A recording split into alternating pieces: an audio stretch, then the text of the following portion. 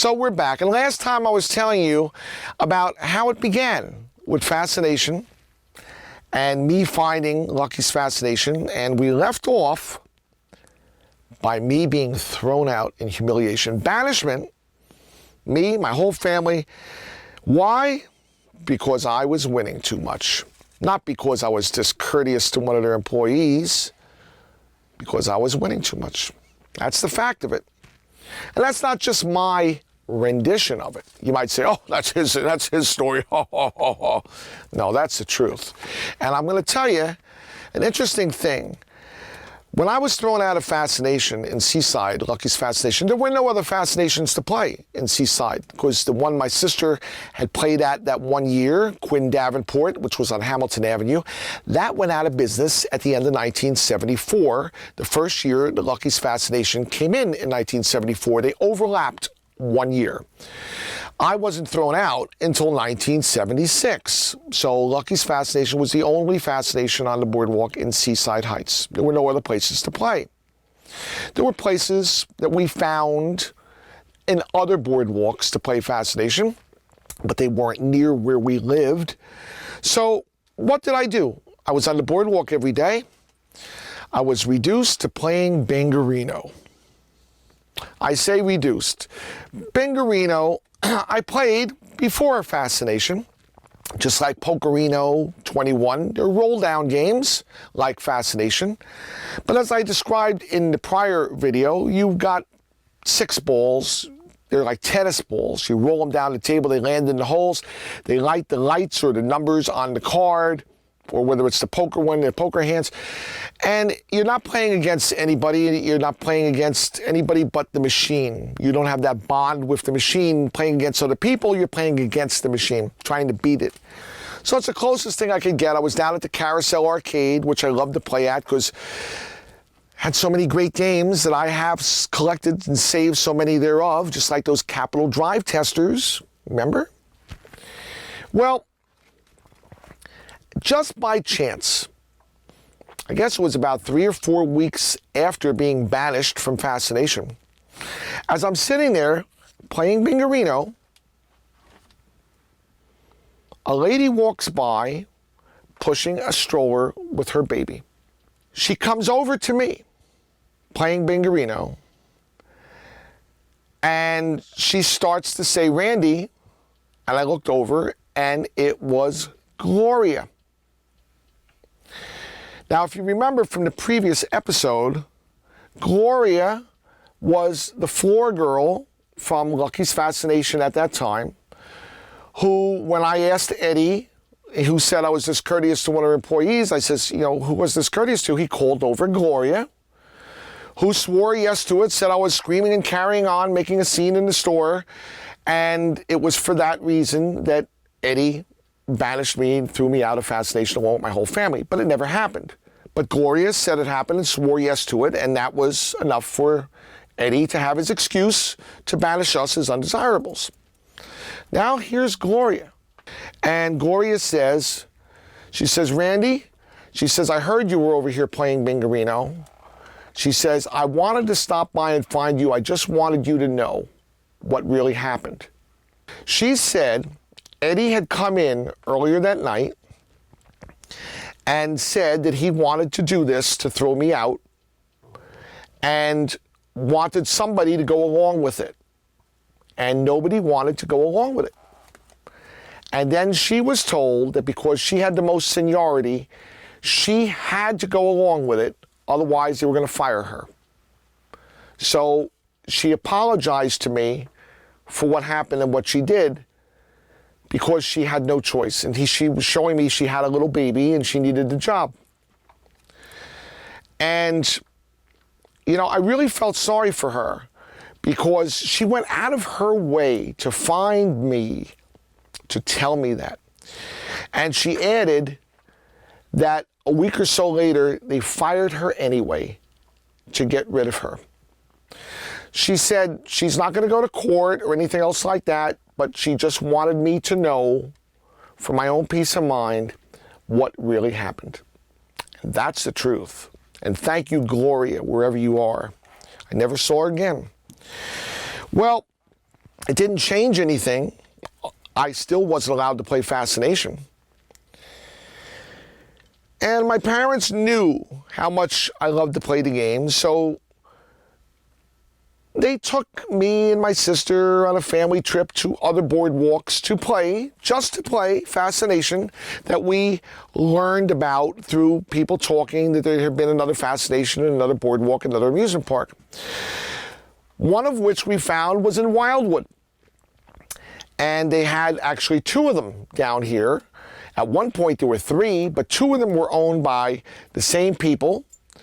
And they were really interesting places to play. It was different than playing at Lucky's Fascination. The tables were a little different. They were older, but the game was friendlier. The game wasn't run as rigid as it was in Lucky's Fascination. In Wildwood, people actually were having fun playing Fascination, and that was attributed to the man who was running the Fascination in Wildwood, who became a big idol of mine, because I looked up to him. He was up there running the booth by the name of Marty Shapiro. He was really an amazing guy. He had a lot of personality, a lot of charm. He seemed like a really nice man, and he was up there running the Fascination, and he recognized that I had skill playing this game. Now, I wasn't as good in Wildwood as I was in Seaside. I didn't play there much. We didn't live near Wildwood. Wildwood was a 2-hour ride from Seaside, which was our summer house. So we didn't come much. And Wildwood was much busier. The place was every seat in the house full all the time at night. Seaside wasn't as busy, so you had more competition in Wildwood. I wasn't used to the tables, but I still enjoyed playing. Yeah, I won my share. I probably won more than others. It was just great to play Fascination again, and that same camaraderie that was, and it seemed like there was no pressure there because Marty was friendly and nice, and, you know, I was welcomed again. It was great. And an odd story, Marty had a partner who also was in partners with him with all the other games he ran, and they had two Fascinations. There was one Olympic North and Olympic South. We were playing at the North. There was one at the South also. And they owned them both, plus a lot of other games. And his partner's name was Walter. And it was an interesting partnership because Marty was the man running the game. Walter, who you really never saw, was the engineer mechanic. He was the one who built the machines. He was the one who fixed the machines. Walter was renowned in the industry for his abilities of working on the machines. One more funny thing about Walter.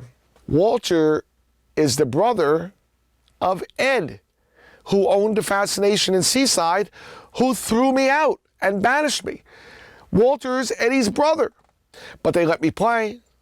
They let me play because why? Because I wasn't there as much and I wasn't winning all the games. So he was happy to take my money. It was no problem. They didn't say anything. So I was just happy to play there. But I didn't get to play there that much because it was not near home. We found one in Keansburg Amusement Park.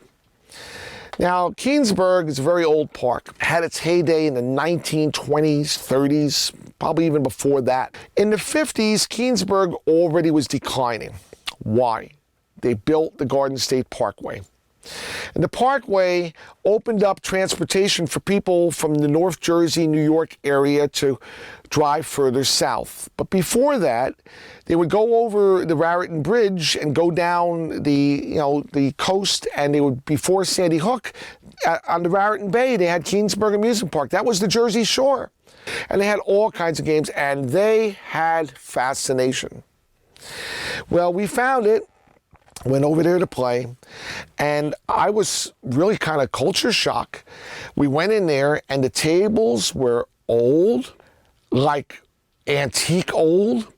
As it turns out, those tables were built in 1938. They were the second manufactured set. They were the set that was made after the World's Fair in Chicago.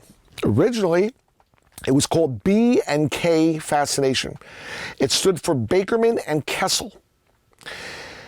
Herman Bakerman was a big operator in Keansburg Amusement Park back in the 30s, and he saw the Fascination in Asbury Park and wanted to put one in Keansburg, and he contacted his friends, the Kessel brothers, who lived in Brooklyn, and they made a deal.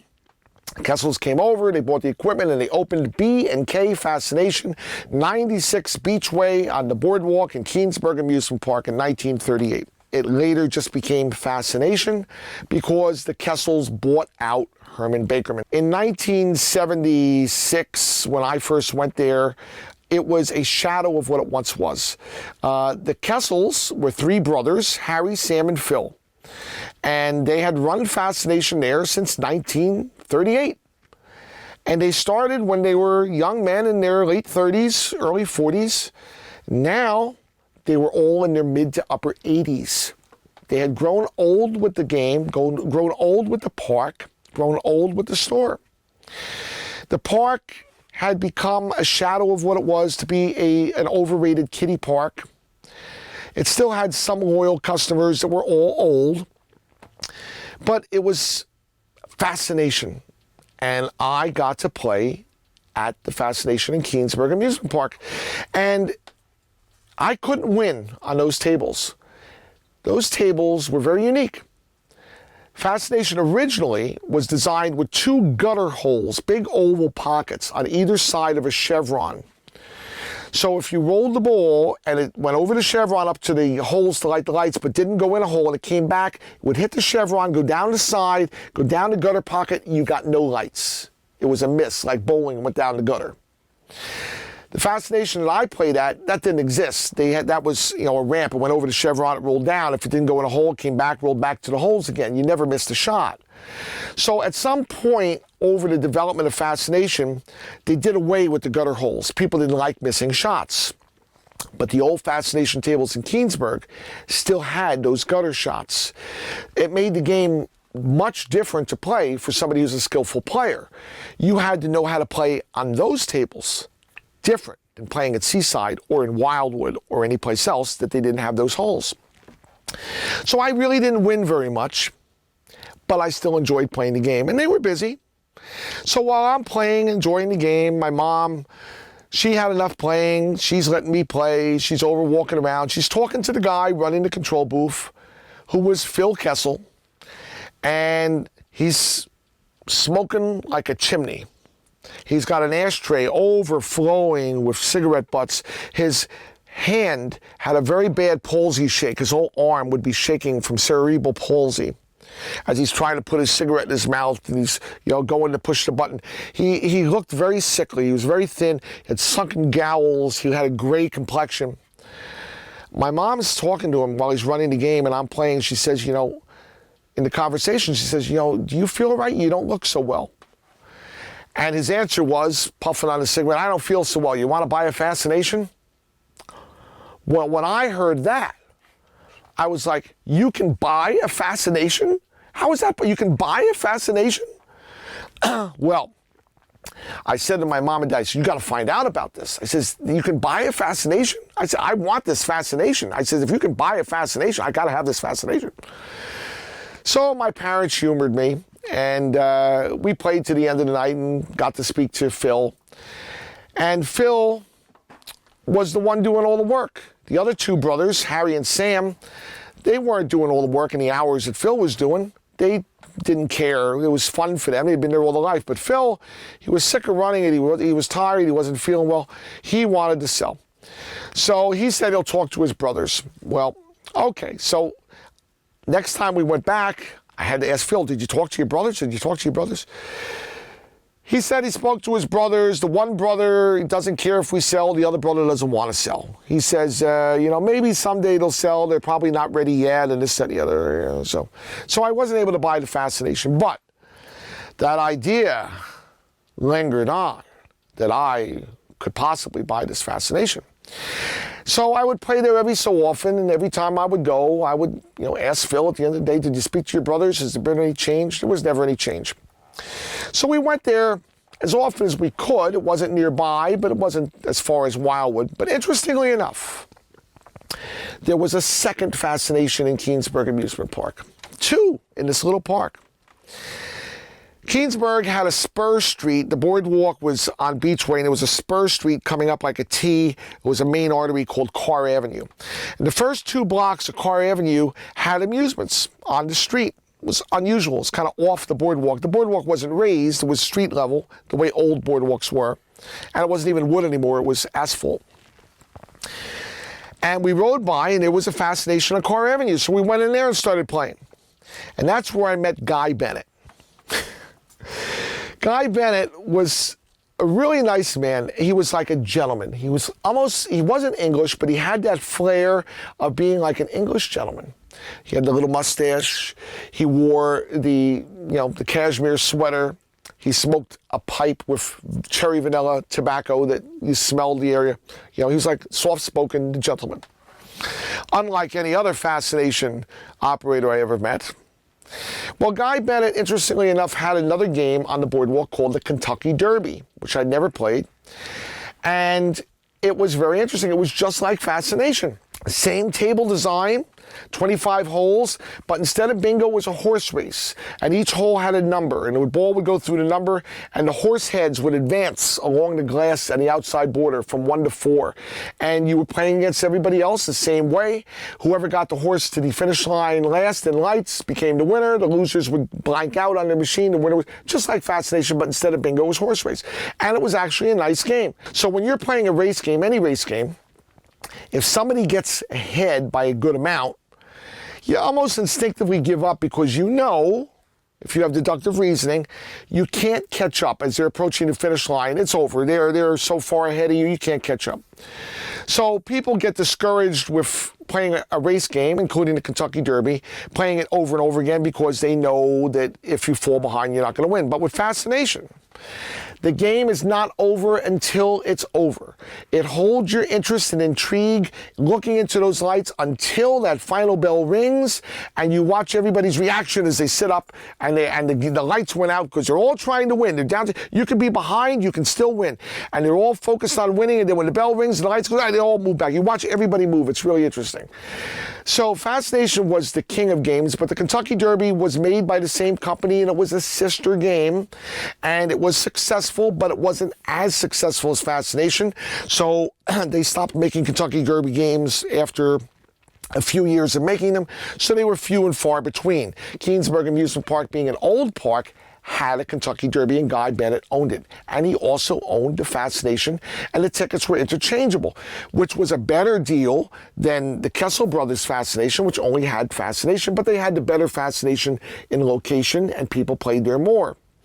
So we started playing at both. Actually, all three. We played at the Derby, we played at Guy Bennett's Carr Avenue Fascination, and we played at Kessel's. Well, when I first found the Fascination Guy Bennett had on Carr Avenue, this kid recognized that those tables were the ones that were on Hamilton Avenue in Seaside that went out of business in 1974. They were there 1 year overlapping Lucky's Fascination. They were the ones that we played at with my sister because she was working for the company and wasn't allowed to play at Lucky's Fascination. So we played a few games over at the other Fascination on Hamilton Avenue, which was Quinn Davenport. I said to Guy, Guy, are these the tables that were from Seaside? Yes, they were. He was very surprised that this kid recognized those tables. Then I realized, and I says, what happened to the other tables? What do you mean, he says. Guy Bennett was running 48 tables. But I remember that when they were in Seaside, there were 52. If you remember from part 1, I had my parents ask Quinn Davenport if he would sell us some of the tables. He didn't want to break up the set. What happened to the other 4 tables?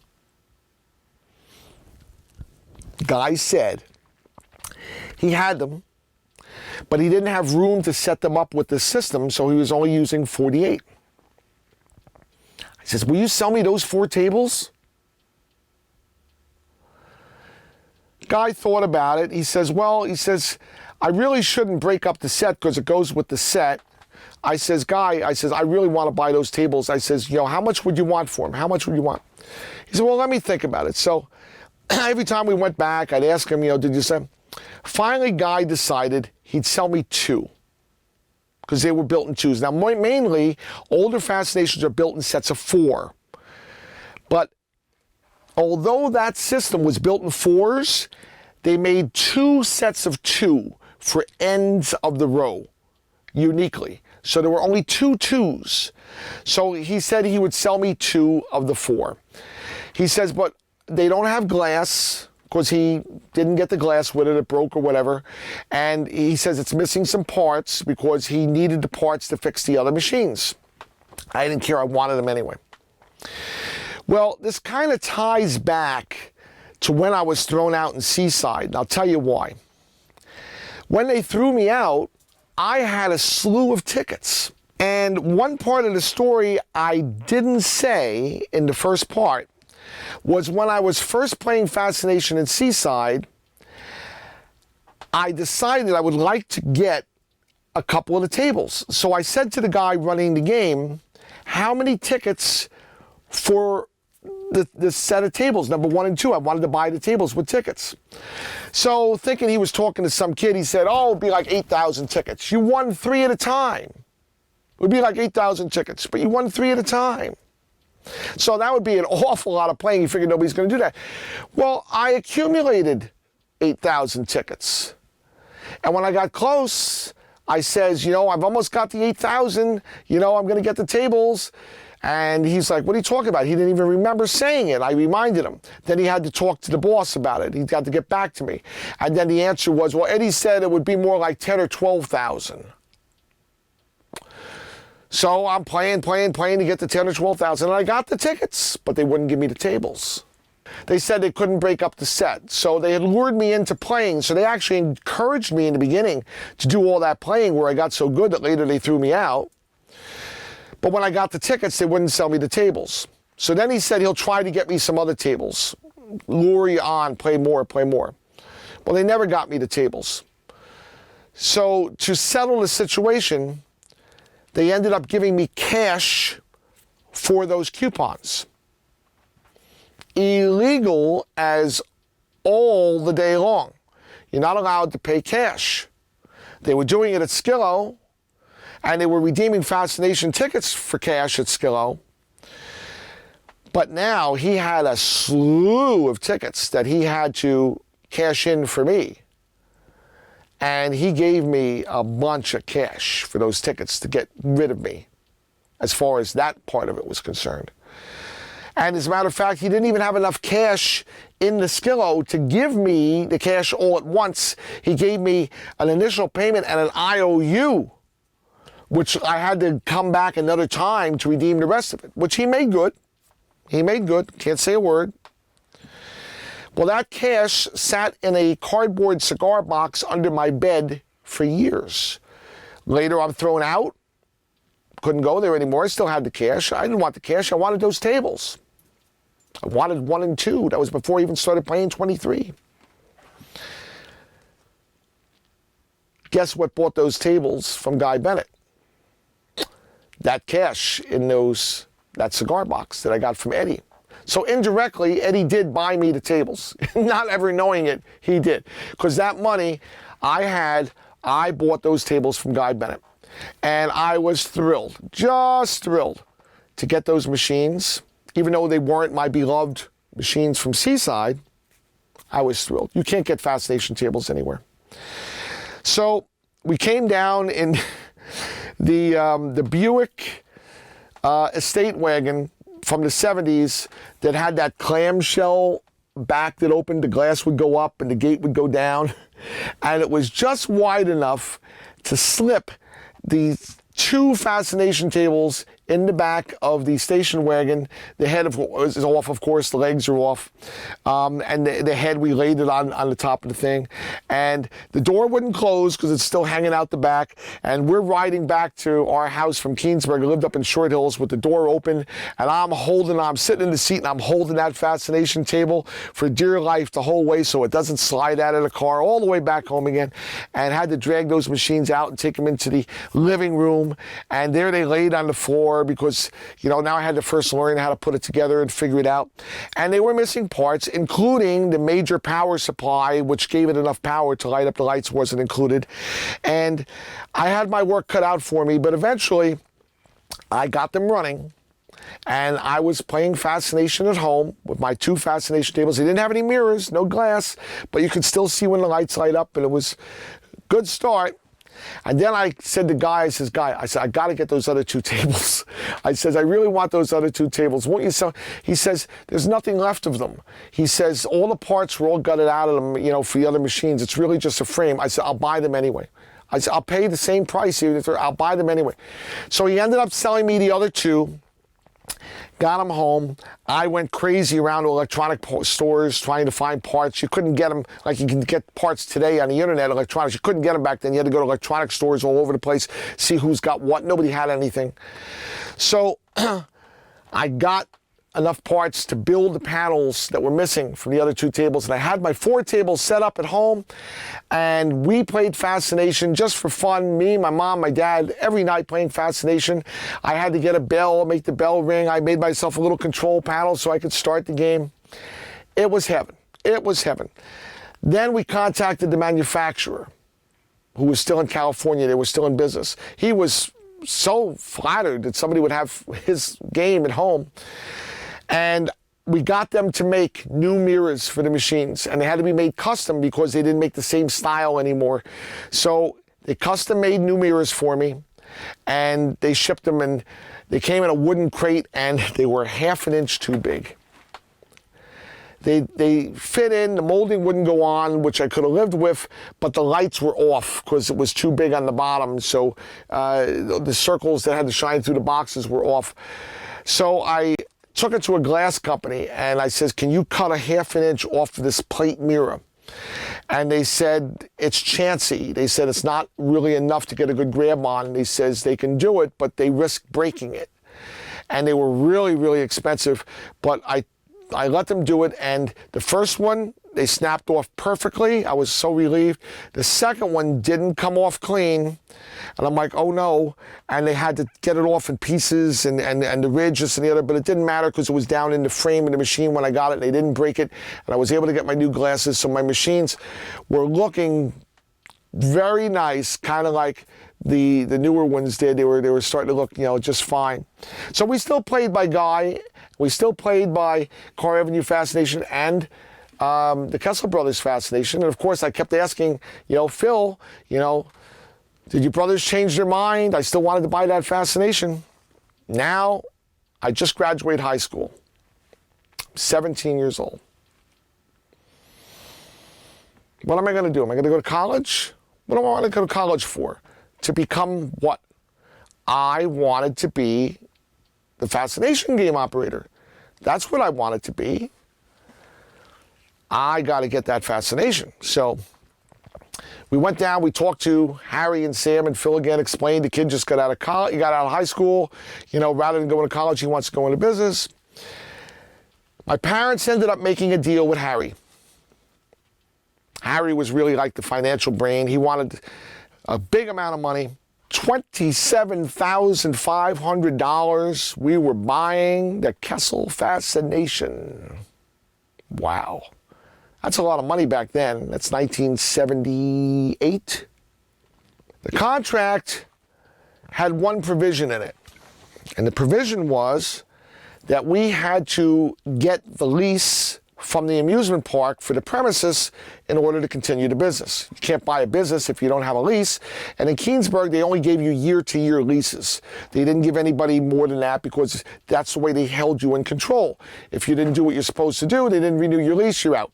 When the park was presented with the contract, the park decided they're not going to approve the contract. Well, the park owners said, listen, you're paying to buy a business because it has goodwill. They understand that. They says, but the business doesn't own the goodwill. They said the park owns the goodwill because the business has no lease. The park owns all the leases. So they says any sales of businesses in this park go through this office. They says they can sell their business. If they want to sell their business to you, that's fine. It will go through this office. They will sell to us. We will sell to you. So they can make money, I'm sure. That's the reason, the only reason it could be. So they said, they're charging you $27,500. His old equipment isn't worth $5,000. They offered Harry, Sam, and Phil $5,000 to sell out to the park. What kind of an insult is that? That's awful. They were there for 40 some odd years. Their equipment was worth way more than $5,000. Their business, their lifetime there. So they said, well, we're not going to take $5,000. That's ridiculous. So the park says, well, we're not throwing you out. You can stay as long as you want, but if you're going to sell, you're going to sell to us, and then we will sell it to whoever we want. So the deal was killed. I was really very devastated about it. It seemed like I was never going to get it. And instead, the park knew we wanted it. The park says, well, tell you what. Guy Bennett wants to sell his Kentucky Derby. And he's willing to work with us the way we need to do it. So if you want to get started in the park, buy the Kentucky Derby. And when the Fascination comes available, you'll be the first in line to get it. Well, at that time, I really didn't want the Derby. Derby, I knew the machines needed a lot of work. It wasn't doing that well business-wise. But at that time, my sister was going through something in her personal life, and she was going to move back from Florida to New Jersey. She had been living in Florida for a while, going to college, and she wanted to get a wheel on the boardwalk. Well, wheels you couldn't get because they were making money and the rent was cheap. So the park said, if you take the deal with the Derby, you'll be first in line for the Fascination when it's available, and we'll give your sister a good spot for the wheel. So I said to my mother, I says, well, maybe we should do it then. Everybody's going to be involved. She'll get her wheel. It won't be too bad with the Derby, and we'll get the Fascination. So we did it. We bought the Derby. My sister got her wheel stand. And my first year after high school, I was in business running the Kentucky Derby on the boardwalk in Keansburg Amusement Park. During that summer, one of the Kessels died. And the other two said, what are we holding on to it for? So they were going to sell it to the park. But before they did, they first tried to sell the machines to somebody else. Come get the machines, move them out. Maybe they'll get more than the $5,000. So they put an ad in Amusement Business Magazine, and they got a buyer. They sold the machines. I think they got $12,000 or $15,000 for the machines. Somebody gave them a deposit. At the end of the year, they're coming to get the machines. They gave the notice to the park. This is the end of the year, we're out. Park owners came down to me at the Derby, and they said they've sold the Fascination machines. The Fascination spot is available come Labor Day. If you want the spot, you can put in your own Fascination, but you got to get your own machines because they're gone. Where are we going to get machines? So I called the company, knew the guy because he sold us the mirrors for the machines, said we need machines. He told us that Kennywood Park in West Mifflin, Pennsylvania, just outside of Pittsburgh, was getting new Fascination machines they had just built for them. And they were removing their old ones. They were going to upgrade to the new ones. So the old ones might be available. We called Kennywood. The machines, they said, were already sold. Oh. A day later, Kennywood calls back and he says, were you going to pay the full price we were asking? And we said, yeah. We were going to try to negotiate and try to chew it down. We were going to pay the full price. And they says, all right, tell you what. We're going to sell you the machines. Apparently, the other guy was playing hardball, trying to get it for less. They agreed to sell us the machines. We got a truck, rode out to Pittsburgh, bought the machines. They were the first full set of Fascination machines I bought. I spent the whole day taking them apart, loading them in the U-Haul truck, 8 hours riding back from Pittsburgh. Came back, they ended up in our garage, all lined up like little soldiers disassembled, waiting to go into the Kessel Fascination at the end of the year. End of the year comes, the people who bought the tables had never seen the tables. They were out West Coast somewhere. They came to conclude the deal. They saw the tables were really old from 1938. And they says, oh no, this isn't going to work for what we want to do. We're out. We're not going to complete the deal. So I guess they lost their deposit. They backed out of the deal. So now what are the Kessels going to do? They turned around. They went up to the boardwalk amusement owners. And they says, all right, the deal fell through. We're going to sell out to the park. So they sold to the park for the $5,000 after all. I guess they got the deposit from the other guy who was going to buy the tables. So they did a little bit better. They didn't get the 27.5 they were going to get from us, but they were done. The park owners come down to me at the Derby and they said their deal fell through on selling the tables. So if you want the Fascination now, you got to buy it with the tables. Well, we just bought tables. Doesn't matter. You want the deal, this is the way the deal is. This is the way it goes. This is business. They got you in a position, they squeeze you. So what do? We bought the deal with the tables. So now I had 2 sets of Fascination tables. And I let the old tables stay in the old Keansburg Fascination because the people who played there for years were used to those tables. It's a matter of tradition. People are used to certain things. It has a lot of memories that people hold. Although the tables I got from Kennywood were newer and actually nicer and better condition, the old tables were known and they were there for all those years, so they remained there. After the season ended, I closed the Derby for the season, but Fascination was still open in the winter, and I started as my first time operating Fascination on the boardwalk. And it was a very, very sad exchange when it was the changing of the guard. When the last day came and I was getting the keys from Phil,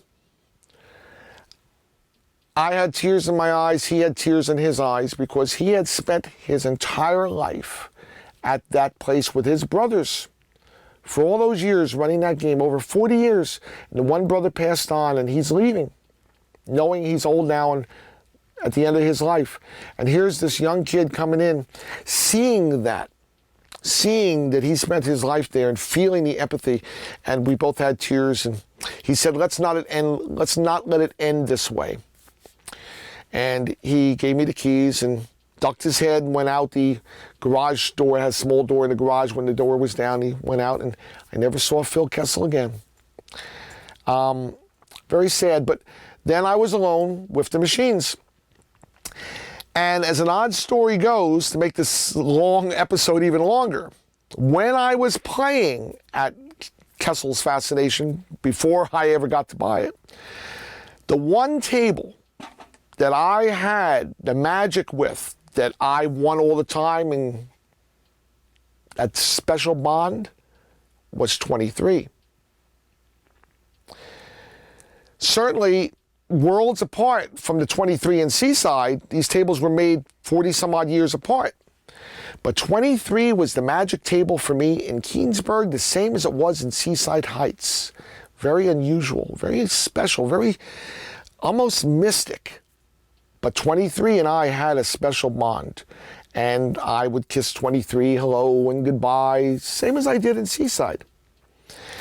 The very first day I operated as the owner, I had one broken table, 23. My first repair job, 23. A switch had broken off in the hole. Typically, that doesn't happen often, particularly on newer systems.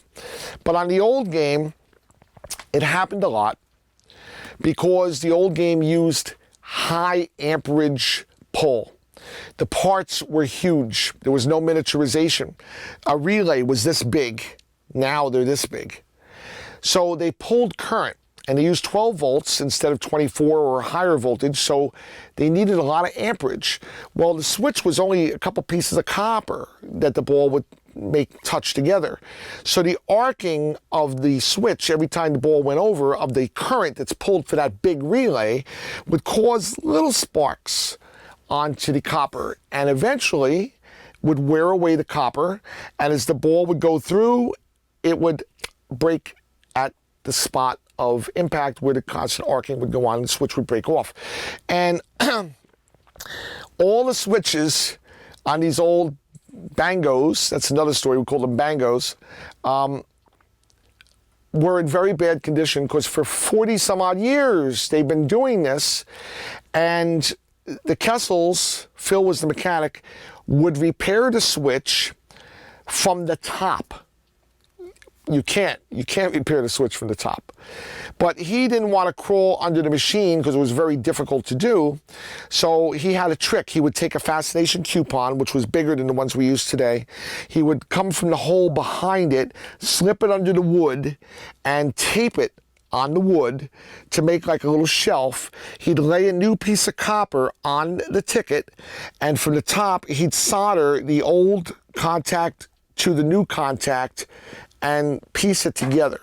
So all these switches on all these holes had all these patched together contacts from Kessel's repairs over the years, which made them more susceptible to breaking because that solder is heavier for the contact and it can't bend. So and years later, I had to change all the switches in every machine, so I didn't have to deal with that. But in the beginning, I had to deal with it. So the first one that was broken was 23, and I wasn't going to fix it from the top. I was going to do it from underneath. So the old machines, the new machines had a door at the back that would come down, and you would go from underneath. You still had to crawl under the machine. It was very hard. But the old machines, the bottom dropped like that in the middle, and there was cross braces under the machine like this. It was like a cross. So when the bottom came down, instead of going all the way down, they'd stop like this, and you didn't have much room. So you had to go on the side of the machine and get yourself on your back and slide in on your back on these boards so you're actually inside the machine with no room because your arms are like this and you can't move and you can't see. And this is how you have to replace a switch. You wonder why Kessel did it from the top. So here I am inside of 23. And it's dark and it's cobwebby and I'm trying to figure out the best way to do this. It's my first repair on these machines, can't move my arms. And in the corner of my eye, I see something black come running down the wood and it lands on my chest. Ah! It's got to be a bug or a mouse. Who the hell knows what it is? And I'm like, ah! And I got to slide out and get out. I'm like, and I see it fly on the floor. I'm like, what is that? I pick it up. It's about so big, and it's in the shape of an octagon, and it's black, and it's made of creepy crawler rubber. That soft kind of creepy crawler rubber. And it's the shape of a stop sign. It's got raised lettering with worn off letters that were painted in white. And it said, "I'll never stop loving you." That was my 23 telling me that it loves me. Because here I am in its machine, and it was going to let me know. So I fixed it and gave my machine a kiss. And I still have that little creepy crawler, "I'll never stop loving you," hidden inside the head where the mechanics are of 23. Because we have that bond. This is the head of 23 from the Bangos, from my first Fascination that I bought out from the Kessels. This is Dear 23. I don't know if we can open it. There seems to be, oh look, the back slides up. Wow, well, uh-oh. Is it there? Look, look.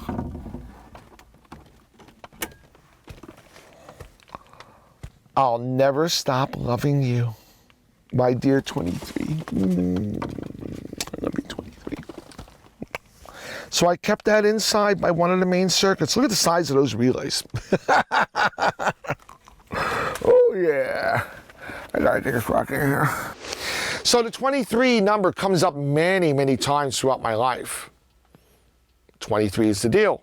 Had the Kentucky Derby, had the Fascination, then my mom bought a Skillo the next year on the corner, but she hated Skillo in Keansburg. It wasn't the same as Seaside. People were not nice. If there were old ladies playing Skillo, and if they lost, they didn't lose gracefully. They'd pick up a handful of chips and throw it across the counter at somebody's face because they won the game. You're sitting there playing the game, all of a sudden a handful of chips comes flying at you because you won. Who does this? So a few stories like that with Skillo. My mother didn't want to run Skillo anymore. At the end of the year, we turned it into an arcade. Action arcade. happening place. That was in the 80s.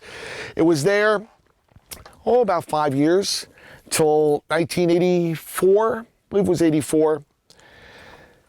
What happened to Fascination in Keansburg? Well, every year we would go down to Disney World on vacation for Christmas. But one year we came back from vacation from Christmas and found the whole block where Fascination was on the boardwalk burned to the ground. Gone. That ended Fascination in Keansburg. Still had the arcade. Come June, that happened in December, come June, there was another fire. This time it wasn't a major fire to take the whole block, happened in a adjoining store, came through the wall, destroyed the stock room in the arcade, but the whole arcade area was smoke and water damaged, put us out of business for the summer. That ended Keansburg Amusement Park. So I pulled out the best machines, cleaned them, fixed them from the fire, put them down in Seaside at the Carousel Arcade, worked for them for that summer fixing games. And at the end of the summer, I decided, well, where am I going to go? So I applied to Walt Disney World in Florida, and I was hired. At the end of the year, I went down, I moved down to Florida, we bought a house there, and I started at Walt Disney World at the beginning of 1985. And I would have been there forever. But something happened. And that, I guess, will be the third part, which will come up at another time, because this is going on real long. It's a really interesting life story, and I know you're loving every minute and sitting on it. You're probably eating your popcorn. But did you press the subscribe button? Did you press it? So that you don't miss the next section, the next installment of the amazing stories and the wonderful world of Randy, the stuff that people dream of, and you just live your life to your fullest. Have you done that? Have you pressed your subscribe button? Well, you better do it now, because that's the end of part 2, and we will pick up on part 3 after I come back from Walt Disney World back into the fascination business. And wait till you find out what really happened to the old fascination tables by Kessel, the Bangos. And I'll tell you that story too. See you next time, guys. Bye.